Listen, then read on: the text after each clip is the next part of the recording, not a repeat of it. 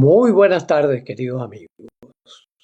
Aquí nos encontramos nuevamente en este espacio de Hablemos Claro.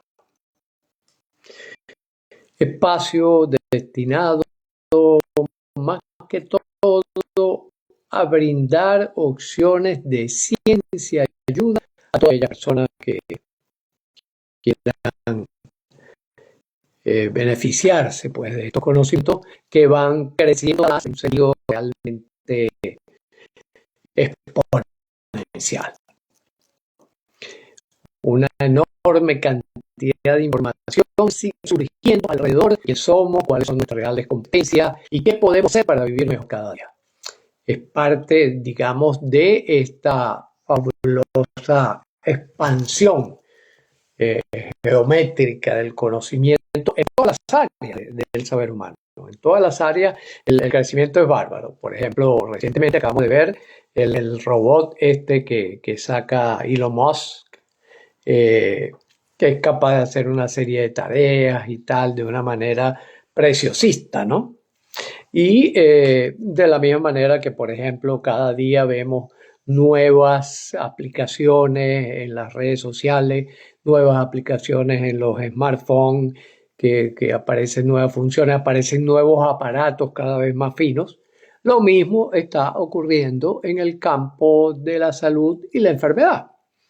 Este mismo proceder, más que todo, fundamentado pues en las disciplinas científicas, haciendo siempre la observación desde este espacio que disciplina científica no es únicamente lo que nos vende la academia como ciencia, hay mucho más que eso.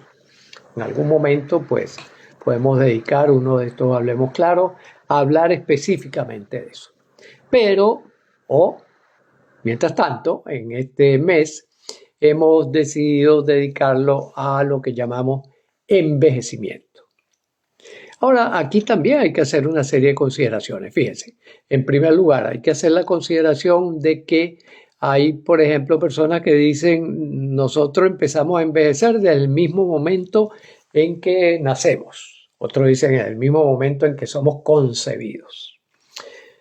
Podríamos decir que no es tan así si asumimos como vejez al proceso donde predomina la deconstrucción sobre la construcción de tejido, la construcción de órganos, la construcción de moléculas que nos terminan componiendo. Sobre todo porque en estos últimos tiempos, cada vez metemos más la lupa en esos aspectos nanocientíficos, en esos aspectos de microdetalles de cómo es que estamos constituidos, cómo es que está constituido en primer lugar la naturaleza. Por ejemplo, ya sabemos que nosotros estamos constituidos con los mismos elementos que está constituida toda la naturaleza, todo el cosmos, ¿ya? Está constituido por elementos fundamentales. Ahora estamos hablando de vibración, ahora estamos hablando de cuerdas, de supercuerdas. Es decir, cada día nuestra capacidad de penetrar en las esencias últimas, en los detalles últimos de la naturaleza es mayor. Y sin embargo, todavía queda un enorme campo de qué hay detrás de eso, si hay más cosas, si hay más detalles. Por ejemplo, durante muchos siglos estuvimos convencidos de que el átomo, lo que llamamos átomos, ¿verdad?, eran esas partículas mínimas, que no había más allá nada del átomo.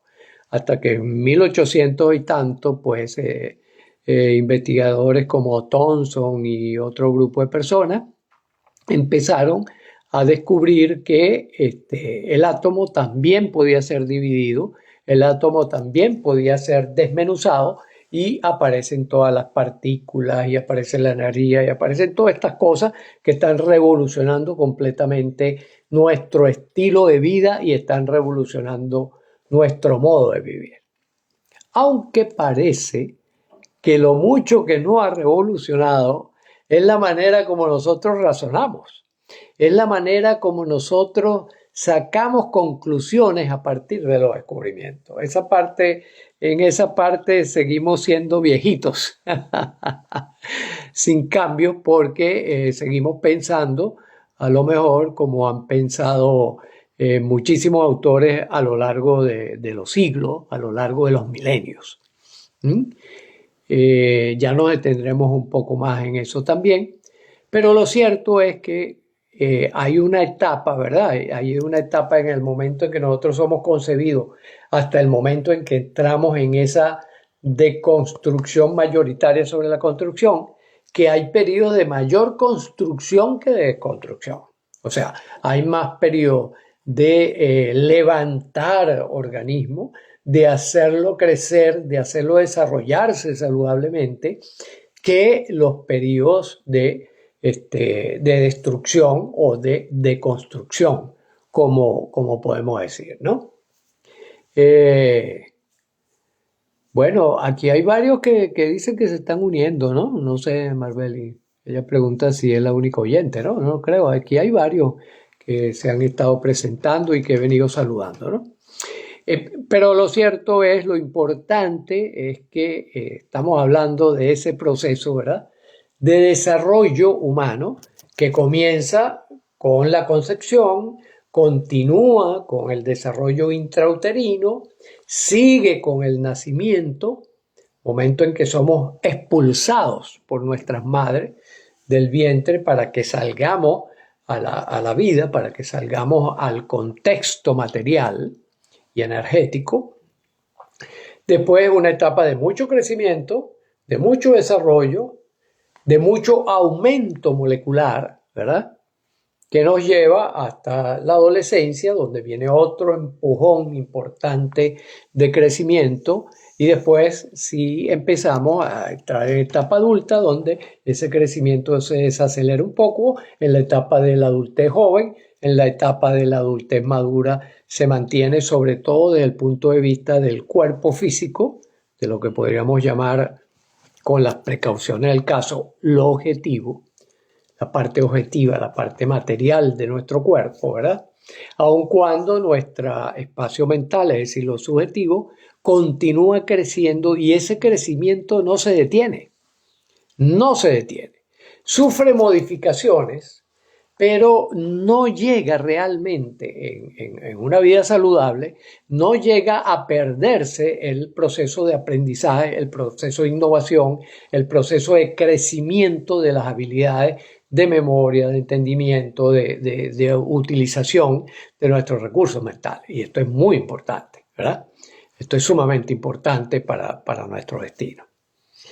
Y después si viene una etapa que recibe el nombre de senescencia o decrepitud, en la cual se van perdiendo las funciones, sobre todo las funciones físicas, se ponen más lentas las funciones psíquicas, que una preparación para la despedida, es decir, una preparación para la muerte.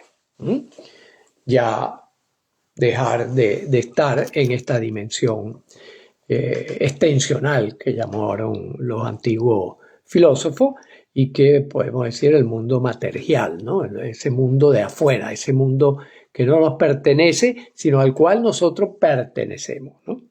Que este es un cambio paradigmático muy importante, porque también durante muchísimos siglos y amparado en los llamados libros sagrados, ha existido la idea de que nosotros somos unos seres especiales, que fuimos construidos o fabricados por Dios, que nos dio el don de ser excepcionales, de estar como fuera de la naturaleza, como por fuera, y que por lo tanto nosotros podemos regular esa naturaleza. Este concepto está siendo retomado por algunos vanguardistas, aunque de una manera diferente, de una manera que podríamos llamar más sólida, mejor pensada, mejor desarrollada, en el sentido de que esta competencia particular que nosotros tenemos, que es ser fundamentalmente seres de transformación más que de adaptación, aun cuando ocurre siempre dentro del marco de las leyes de la naturaleza, sí puede llevar a la construcción de mundos diferentes. Esto, por ejemplo, es lo que plantea Ray Kurzweil en su propuesta de la singularidad, ¿no? Plantea él que la inteligencia humana va a adquirir tal nivel de desarrollo que vamos a poder construir mundos con reglas diferentes de estas reglas, ¿verdad?, que tenemos en la actualidad. Por ejemplo, puede ser que lleguemos a vencer la gravedad, como él lo plantea, que podamos vencer ciertas leyes que también tienen que ver con particularidades de lo que hemos encontrado. No significa que sean las reglas últimas de comportamiento de la naturaleza, ¿no? Es un debate muy interesante, pero es un debate de nivel filosófico bastante avanzado, podríamos decir, ¿no? Y por lo que, volviendo un poco a esta idea de cómo nuestra vida es un proceso de construcción permanente de cuerpo, es decir, de moléculas que se juntan para formar órganos, para formar sistemas y para formarnos a nosotros como individuos, pero que a su vez también pertenecemos a núcleos sociales, núcleos ecológicos, núcleos holotrópicos, que es todo lo que es el comportamiento del cosmos. Bastaría con observar, por ejemplo, cómo afecta el huracán Milton, por ejemplo, cómo es capaz de modificar a las personas que de alguna forma son atrapadas o bien dentro de su vórtice o bien dentro de su campo de acción referencial, que la vida les cambia, quieran o no, su vida se modifica. Y la capacidad que nosotros tenemos de, por ejemplo, retomar caminos que han sido destruidos por alguna razón, es una propiedad muy interesante, ¿verdad?, que podemos hacer gracias a la memoria y a la inteligencia.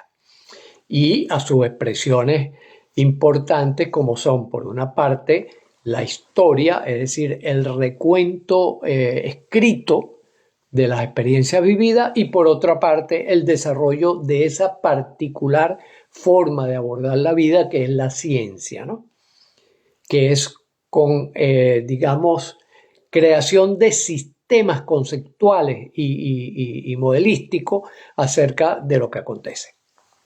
Entonces, fíjense ciertos puntos clave, ¿no? Ciertos puntos clave. Nosotros comenzamos siendo quienes somos gracias a la combinación de dos células, de dos unidades de células que se conjugan, que es el espermatozoide y el óvulo, que cada uno trae un segmento de código de construcción, que es lo que llamamos genes o código genético, ADN, ARN, todos esos elementos, se combinan para formar lo que podríamos llamar una bacteria en primer lugar. Es decir, una célula única conformada por esas dos mediocélulas, ¿no? Una célula única. Esa célula única rápidamente, muy rápidamente, en cuestión de millonésimas de segundo, empieza a multiplicarse, pero no se multiplica como las bacterias, que al multiplicarse se separan. Es por división que se van multiplicando, pero se separan unas de otras. Sino que esta bacteria en particular comienza a agregarse, ¿verdad?, y va formando una unidad compleja, ¿verdad? Ahora, fíjense qué es lo más interesante, que en ese proceso de construcción también hay un proceso de destrucción. Pero podríamos decir que la relación entre la construcción y la deconstrucción o destrucción es abismal, ¿no? Entonces, por eso nos vamos construyendo. Y curiosamente, dentro del vientre materno, nosotros reproducimos lo que es la historia de la construcción de los seres vivos. Fíjense, comenzamos, como les decía, como una especie de bacteria, las células más primitivas, pues, que conocemos. Después vamos pasando por una serie de etapas donde nos vamos pareciendo incluso físicamente. Esto visto al microscopio, cualquier médico ha vivido la experiencia, cualquier bioanalista o cualquier vinculado a la ciencia de la salud ha pasado por embriología, ha pasado por esa asignatura, vamos a llamarla, donde es testigo de cómo vamos pasando por pececito, después vamos pasando por batracio, después vamos pasando un poco por reptil, vamos pasando por mamífero. Hay una etapa en donde también podemos ver que como que pareciéramos que vamos a ser ave. Y después nos vamos acercando al primate y del primate al homo y del homo al ser humano. Todo ese proceso va ocurriendo en esos 9 meses en los cuales nosotros estamos en el vientre de nuestra madre. Allí también ocurre, por supuesto, ese proceso va siguiendo el orden de los códigos genéticos que han sido colocados, una mitad por el espermatozoide y otra mitad por el óvulo, han sido colocados y puestos allí para dar las instrucciones para que se construya de esa manera en particular. Por lo tanto, también hay codificaciones de lo que llamamos patógenos, es decir, más inclinado a la destrucción que a la construcción. Eso es lo que llamamos lo patológico. Lo patológico es lo que está más inclinado, las órdenes que están más inclinadas a la destrucción que a la construcción. Pero ahí conviven y cuando estamos sanos, aparentemente, ¿verdad? Cuando estamos, digamos, fisiológicamente preparados para durar mucho tiempo, ¿verdad? El predominio del código constructivo es mucho mayor que el del destructivo. Hay enfermedades, por ejemplo, genéticas o congénitas, procesos porque esto va ocurriendo en ese lugar y en ese lugar van pasando muchas cosas, ¿verdad? En ese lugar que es el útero materno también influye sobre esa codificación. Por eso es que es muy importante el cuidado de la madre, tarea que le toca fundamentalmente al padre, en el caso de la familia tradicional que nosotros conocemos. Por eso es que es una tríada, ¿verdad?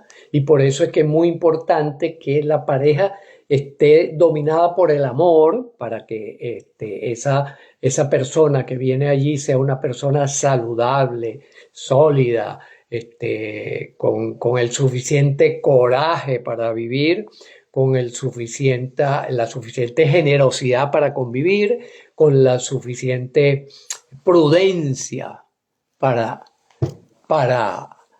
sobrevivir, ¿no? Entonces, eso se va dando en ese ambiente en donde papá y mamá son como los directores o los músicos que están tocando esa pieza de construcción que es ese bebé que viene allí.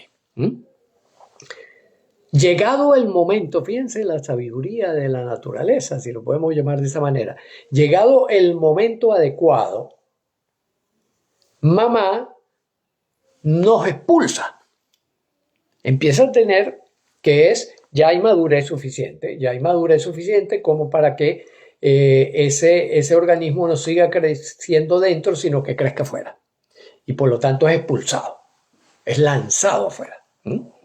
Por eso es que el niño se desespera, llora, porque son cambios tan intensos, tan abruptos, que además empiezan a demandar de parte de él una participación activa, ¿verdad?, para que la vida pueda continuar. Es decir, ya desde que nosotros estamos en el vientre nos están preparando para una vida activa, para una vida responsable, para una vida donde asumimos esfuerzo a fin de poder vivir bien, ¿ya? Un gran abrazo, Natalia, ¿verdad? Efectivamente, todo de la barriga. Entonces, ya a través de la codificación genética, en intercambio con esos ambientes, primero el ambiente intrauterino y después el ambiente extrauterino, es decir, venimos entonces, el médico nos da la nalgadita para que respiremos, que es ya un esfuerzo que tiene que hacer el personaje para poder mantener la vida. Si no, tenemos que ayudarlo con una bombita, una cosa y tal, y muchas veces hay que resucitar al bebé en el momento en que nace, porque no nace no tiene la preparación congénita suficiente como para responder de esa manera. Y de hecho, fíjense que comienzan los movimientos, los movimientos. Es un esfuerzo que está haciendo el personaje, es un esfuerzo. Esa etapa, ¿verdad?, que se completa con la niñez, nosotros la llamamos la etapa para aprender a sobrevivir. Es decir, aprender las competencias necesarias, que hemos de aprenderlas, no viene en el paquete originario. Olvídense de esa fantasía que a veces veo por allí que dicen, no, la sabiduría interior y no sé qué cosa y tal, tal, tal, tal. No, no hay tal sabiduría. Hay un marco, hay un esquema, así lo llamó Konrad Lorenz por allá por los años 50, 60 del siglo pasado, un esquema que lo inclina a uno a ciertas características, que le da como ese sesgo, que nos diferencia, por ejemplo, de los pájaros, ¿verdad? Pero ese esquema está diseñado, un esquema de una potencialidad en términos de ¿cómo se llama? De el físico que nos habló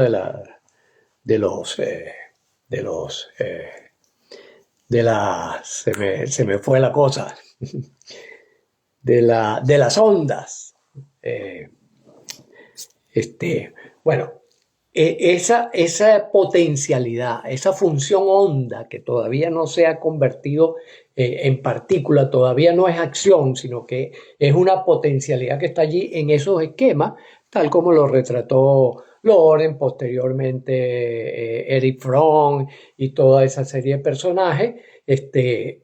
También han hablado Lewis, en general, todo el que se ha dedicado un poco a estudiar la psicología acepta que hay un esquema inicial, pero que ese esquema lo tienes que rellenar con experiencia. Si no hay experiencia, no lo rellenas. Y por eso es que uno ve, por ejemplo, recientemente he estado trabajando con una persona de más de 30 años que virtualmente es un niño, no sabe hacer montones de cosas, no se atreve. ¿Por qué? Porque ha sido educado en un sistema de cúpula, aquello que llaman mamá gallina, ¿no? En este caso, mamá gallina y papá gallina, que intentan proteger al niño de la urgente necesidad de ensayar y equivocarse para ir dominando y para ir llenando ese esquema con respuestas. En ese mismo proceso también aumenta un poquito la capacidad destructiva. Nosotros estamos constantemente construyendo nuevas moléculas, nuevas células, nuevos dispositivos, ¿no? Y gracias a qué? A ese esfuerzo de tomar la energía que viene de fuera, y constituirla en energía potencial. Schrödinger es el nombre del físico que se me había escapado. Bueno, entonces ese proceso de intercambio permanente, eso lo llamamos cibernética, eso es lo que se llama cibernética. Si el nombre es nuevo para ustedes, búsquenlo, métanse en Google, para eso está el doctor Google. El doctor Google está para enseñarnos, no está para más nada. Está para enseñarnos nuevas competencias, para ser mejor en la vida. Entonces ustedes meten ahí cibernética, no sientan pena. Yo a cada rato estoy revisando algunos términos que, por ejemplo, se me van, no me recuerdo, los quiero fortalecer, tengo alguna duda. Y todos los días, como les he dicho en muchas oportunidades, yo dedico entre 2 y 4 horas diarias a búsqueda de información, nueva información. Que está pensando el colega tal que apareció en el centro tal, que nuevo filósofo por allí nos expone un razonamiento interesante. O sea, eso es la vida, Estar constantemente haciendo el esfuerzo por ser mejores, ¿no? Entonces, ese proceso, como decimos, que vuelve otra vez en la primera infancia, crece muy rápidamente en la segunda infancia, es decir, entre los 6 y los 10 años, aquel periodo que ingenuamente Sigmund Freud llamó latencia. Tengámosle compasión, recordemos que eso fue el primero que se puso a tratar de sistematizar toda esta complejidad.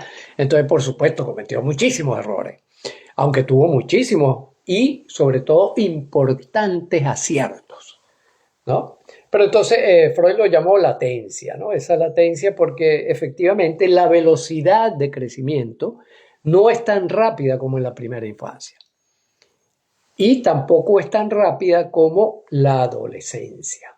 En la adolescencia viene otra vez otro envión de construcción y donde la deconstrucción se mantiene allí un poco en un equilibrio en ese intercambio cibernético con el entorno. Un gran saludo a Luis y por aquí también a Andrea, a Reina Socas que se estaban montando por allí.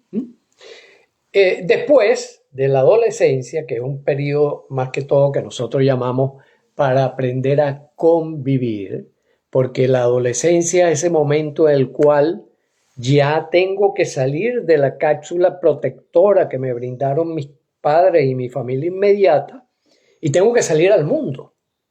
Ahí requiero hacer otro gran esfuerzo que es vincularme con el resto de las personas que sienten, piensan y actúan diferente al código cultural que yo traigo. Parte del desorden que tenemos en la actualidad obedece a que por primera vez, es decir, yo digo, la humanidad está entrando en su adolescencia.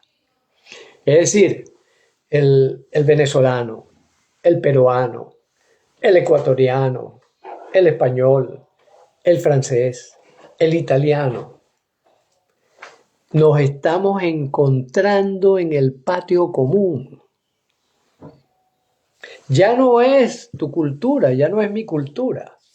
Ahora tenemos que intercambiar información porque pensábamos, sentíamos y actuábamos e interactuábamos diferente. Confundirlo con enemistad es muy fácil. Y por eso es que vienen muchas de las guerras. Haciendo análisis históricos en los equipos nuestros, hemos visto cómo efectivamente más del 95% de los conflictos y de las guerras que se han producido en el mundo son por considerar enemigo al diferente. Al diferente. Fíjense, y que eso ha contribuido a acortar las posibilidades de vida que al día de hoy se calculan en una potencialidad base en el ser humano de alrededor de los 120 años. Pero precisamente en ese desbalance entre la destrucción y la construcción, hemos acortado nuestras posibilidades de vida. Hemos acortado nuestras posibilidades de vida. Fíjense que actualmente con las investigaciones, sobre todo a nivel molecular, lo que llamamos ciencias ómicas hoy en día, ese estudio de esos detalles pequeñísimos, nanomoleculares, esos detalles nos están ayudando a entender que la potencialidad de vida es muchísimo mayor de lo que creíamos. A tal punto, en esa construcción de construcción, en ese equilibrio, que podemos llevarlo al extremo de que algunos muy serios investigadores y con algunas evidencias en la mano están apuntando a la inmortalidad. A la inmortalidad como una posibilidad real, ya no como un sueño, ya no como un invento, sino como una posibilidad real. Y si no, mientras tanto, sí estamos apuntando a una longevidad que se puede montar en 150, 160, 180 años. De hecho, fíjense, si vemos las estadísticas a lo largo del tiempo, en 1850, o sea, hace casi 200 años atrás, el promedio de sobrevida, la sobrevida, estaba calculada en 36 años. Por supuesto, ahí tenemos que meter las guerras, tenemos que meter la desnutrición infantil, tenemos que meter las enfermedades contagiosas, tenemos que meter un montón de cosas que nos permiten entender por qué era tan bajo. Sí, aquellos que lograban superar eso, porque tenían un buen sistema inmunológico, porque no iban a la guerra o sobrevivían a la guerra, que tuvieron una infancia protegida, etcétera, sí, llegaban a 80, 90, pero era una rareza. Al día de hoy se calcula que hay cientos de miles de personas sobre los 90 años, sobre los 90 años. La expectativa de vida, por ejemplo, aquí en España, donde yo estoy, es de 84 años. 84 años es la expectativa actual con todo y, digamos, los desastres que hace la población, sobre todo a nivel de comida, que aumenta la destrucción celular, ¿no? Entonces, fíjense que estudiar este balance y ver qué factores son los que hacen que aumente la construcción y que disminuya la destrucción, son la clave para tener una buena vida. Además, otras investigaciones interesantes han arrojado que son los telómeros, es decir, los telómeros son como unas extensiones del ADN, son unas pequeñas extensiones que constituyen lo que yo, para simplificar, digo que son los tickets de entrada a la vida. Cada día usted gasta un telómero. Entonces, cuando se vio y se descubrió que eso era así, la primera impresión fue, bueno, entonces genéticamente estamos programados, la muerte programada, estamos programados para durar tanto tiempo. ¿Por qué? Porque una vez que esos telómeros están muy corticos, el ADN se deshilacha. Acuérdense que ustedes que es una estructura espiralada y tal, comprimida. Entonces, al deshilacharse, ya no tiene la manera de transmitir los códigos. Ya no puede darle la orden a la cadena constructora de proteínas específicamente, y entonces por lo tanto no hay renovación. Es decir, la construcción se viene abajo y la destrucción se va para arriba. Y eso es la muerte. Cuando eso ocurre, eso suele ocurrir gradualmente en la mayoría de las personas, ¿verdad? Uno dice, va envejeciendo, va llegando a la senectud, ¿verdad? O a la senescencia en primer lugar, que es un mecanismo mediante el cual la célula envejece cada célula. Y envejece no a la misma velocidad, cada órgano envejece distinto.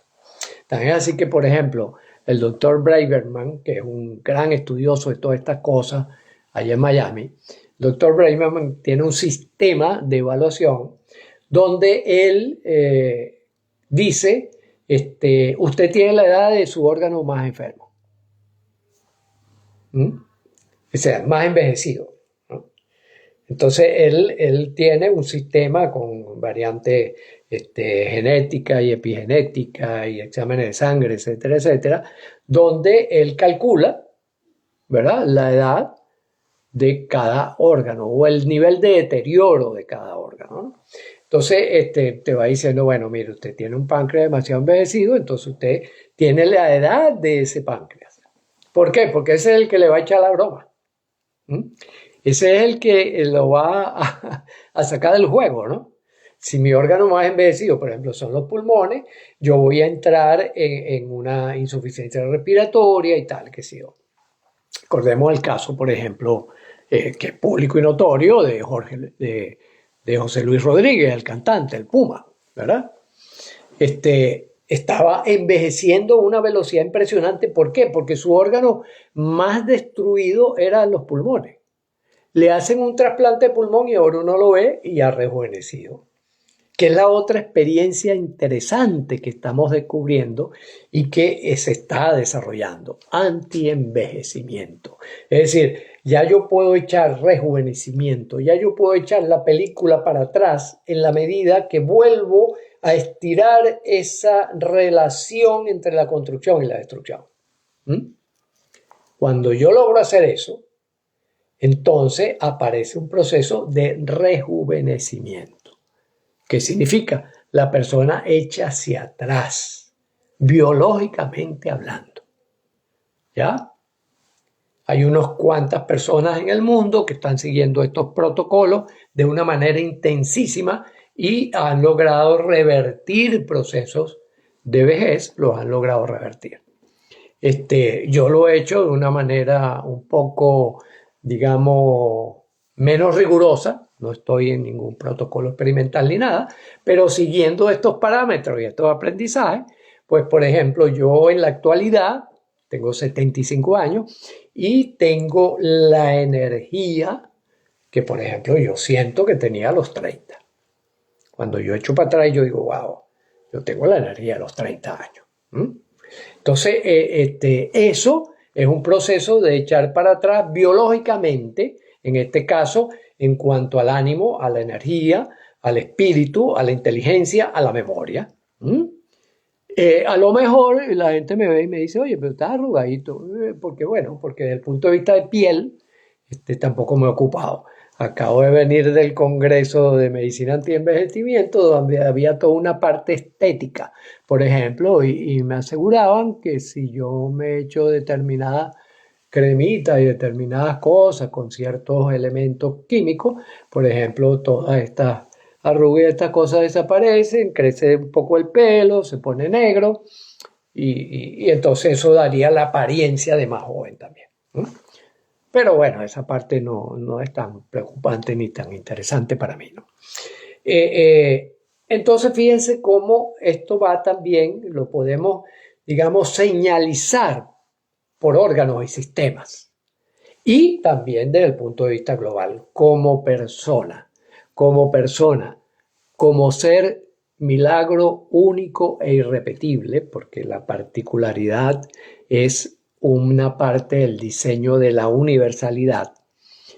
Yo puedo entonces, que como yo registro la vida desde mí, ¿verdad?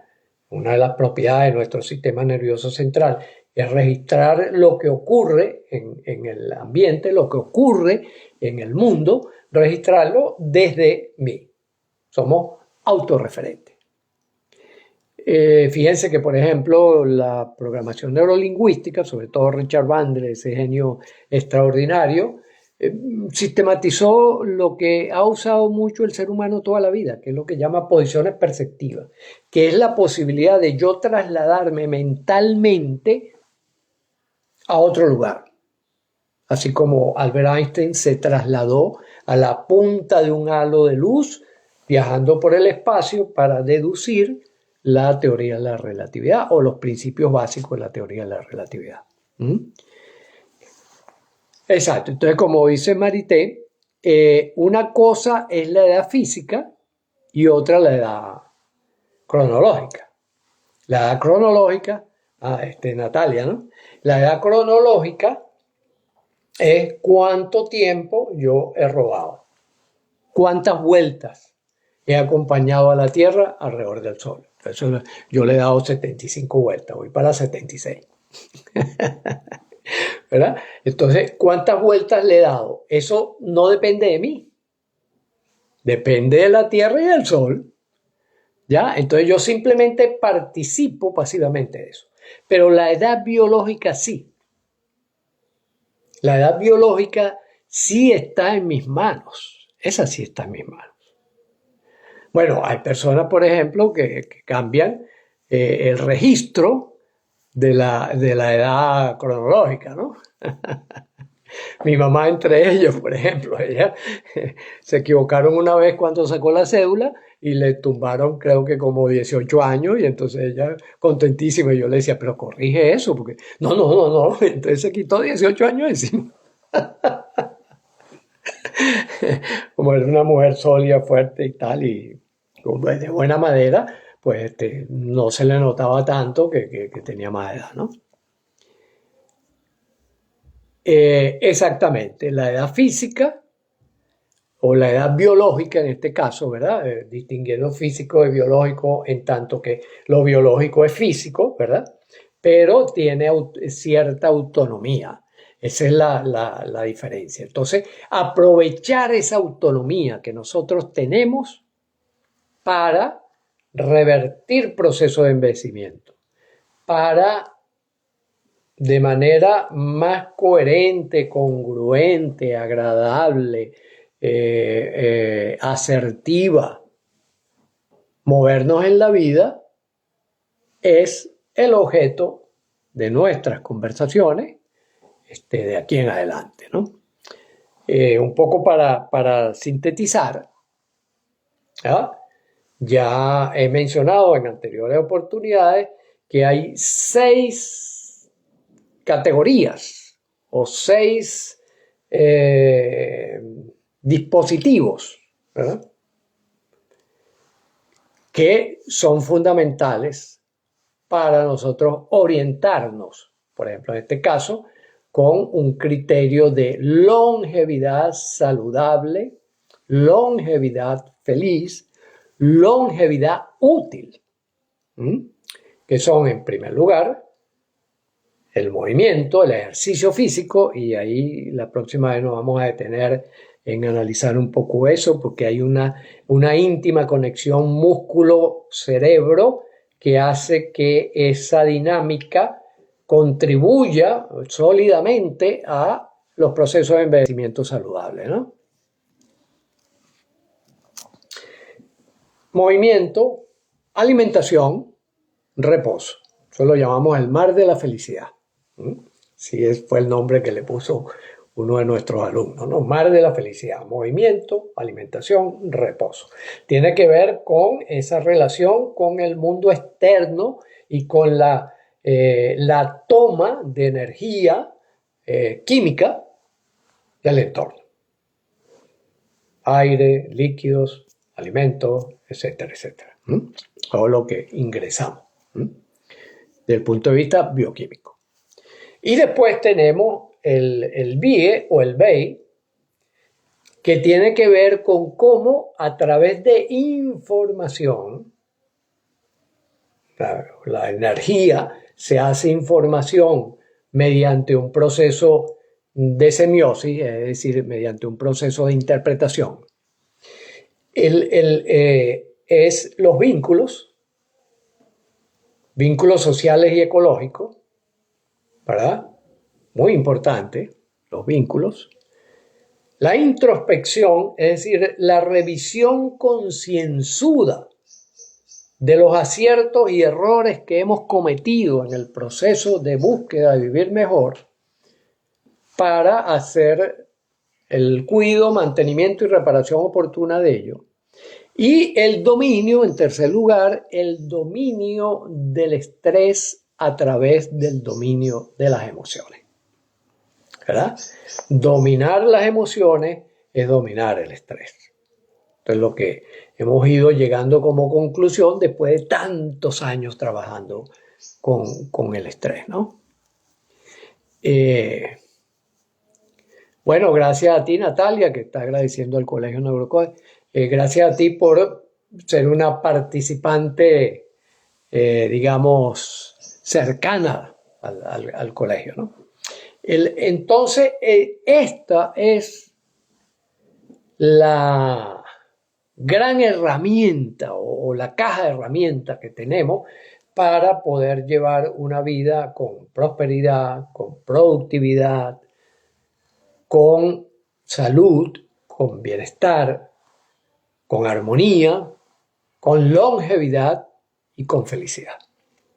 Aquí vamos a ir dando siempre las grandes claves, producto de lo que la investigación científica nos va brindando como lo más seguro, aunque recuerden, seguro completamente no hay nada, pero lo que podemos afirmar con más certeza, con más fortaleza, que es útil para nosotros llevar una vida divina. Así que, queridos amigos, por hoy Me despido. El próximo sábado entraremos más en detalles, iremos entrando más en detalles sobre cómo hacer y específicamente qué hacer para que ese proceso donde la deconstrucción comienza a subir y la construcción empieza a bajar, lo podamos o detener o incluso restaurar. ¿Está bien? Mientras tanto, un abrazo y seguimos.